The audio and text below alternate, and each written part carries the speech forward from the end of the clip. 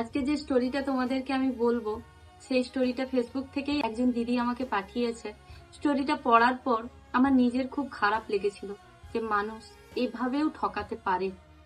চলো আজকে স্টোরিটা তোমাদেরকেও শোনাই, কেউ কেউ রিলেট করতে পারবে। আমি শ্রাবন্তী, পশ্চিম মেদিনীপুরের একটা ছোট্ট গ্রাম গড়বেতাতে থাকি।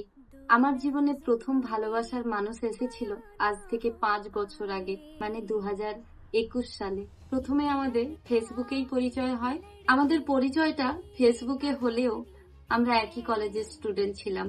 2021 সালে 28শে এপ্রিল আমাদের প্রথম কথা শুরু হয়। আমি ছিলাম নার্সিং এর স্টুডেন্ট আর ও ছিল প্যারামেডিক্যালের স্টুডেন্ট। বেশ কিছুদিন কথা বলার পর সে আমাকে 1 মে 2021 সালে প্রপোজ করে। তারপরে কিছুদিন কথা বলার পর আমি তাকে অ্যাকসেপ্ট করি। ভালোই চলছিল সবকিছু, কিন্তু সমস্যাটা শুরু হয় 2023 সাল থেকে। 2023 সালে কলেজ কমপ্লিট হওয়ার পরপরই হঠাৎ করে লক্ষ্য করি যে সে আমার সাথে কথা বলার সময়টা অনেকটাই কমিয়ে দিয়েছে। যেহেতু আমার থেকে বয়সে বড় ছিল, তাই সে জব আগে পেয়েছিল এবং আমি ভেবেছিলাম যে হয়তো কাজের চাপে সে এমনটা করছে। আর সব থেকে বড় কথা, আমাদের দুই বাড়িতেই যেহেতু ব্যাপারটা জানতো, তাই এত মাথা ঘামাইনি আমি। 2024-এর শেষের দিকে কলেজ ক্যাম্পাসিং এর মাধ্যমে আমি জব পাই এবং তারপর জব পাওয়ার কিছু মাস পর আমি তাকে বিয়ের ব্যাপারে বলতে থাকি এবং সে নানান কথা বলে সেই জিনিসগুলো এড়িয়ে যেতে থাকে। তার সাথে সাথে প্রচন্ড খারাপ ব্যবহার শুরু করে। আমি সম্পর্কটা টিকিয়ে রাখার আপ্রাণ চেষ্টা করেছিলাম, কিন্তু প্রচন্ডভাবে আমার সাথে খারাপ ব্যবহার করে, সাথে সাথে ইগনোর করতে থাকে এবং শেষের দিকে আমার গায়ে হাতও পর্যন্ত তোলে। শেষ অবধি কোনো ভ্যালিড রিজন ছাড়াই সে আমার সাথে ব্রেকআপ করে নেয়, শুধুমাত্র কাস্ট প্রবলেম, তার সাথে সাথে ফ্যামিলি প্রবলেমে দোহাই দিয়ে। আমি অনেকবার তার ফ্যামিলিতে কথা বলেও কোনো লাভ হয়নি।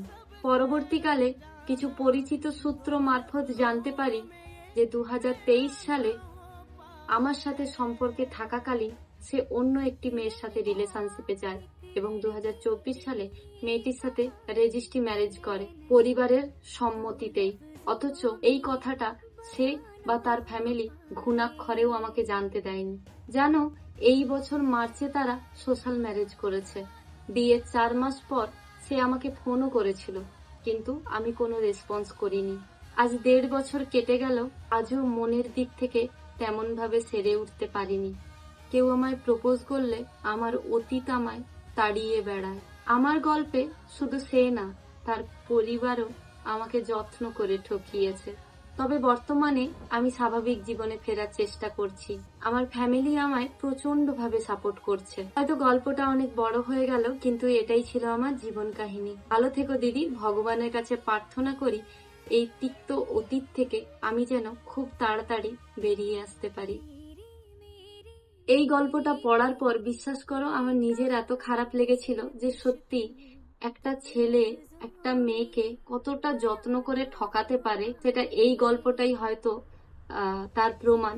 তার কারণ একটা সম্পর্কে থাকাকালীন আমরা সচরাচর শুনেছি অন্য রিলেশনশিপে চলে যায়, কিন্তু একটা সম্পর্কে থাকাকালীন অন্য সম্পর্কতে গিয়ে তার সাথে রেজিস্ট্রি ম্যারেজ পর্যন্ত করে নিয়েছে, যেটা সে এই মেয়েটাকে বলার কোনো প্রয়োজনই মনে করেনি।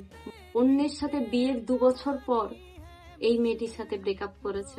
শ্রাবন্তী, তুমি অনেক বেটার ডিজার্ভ করো জানো, তার জন্যই হয়তো এই জিনিসটা হয়েছে। নিজেকে কখনো দুর্বল ভাববে না। অবশ্যই নিজের মনের দিক থেকে তো সেরে উঠতেই হবে, তার কারণ যার জন্য তুমি সেরে উঠতে পারছো না সে তোমায় এতটা ঠকিয়েছে, তো তার জন্য মন ভেঙে সেটা করাটা বৃথা।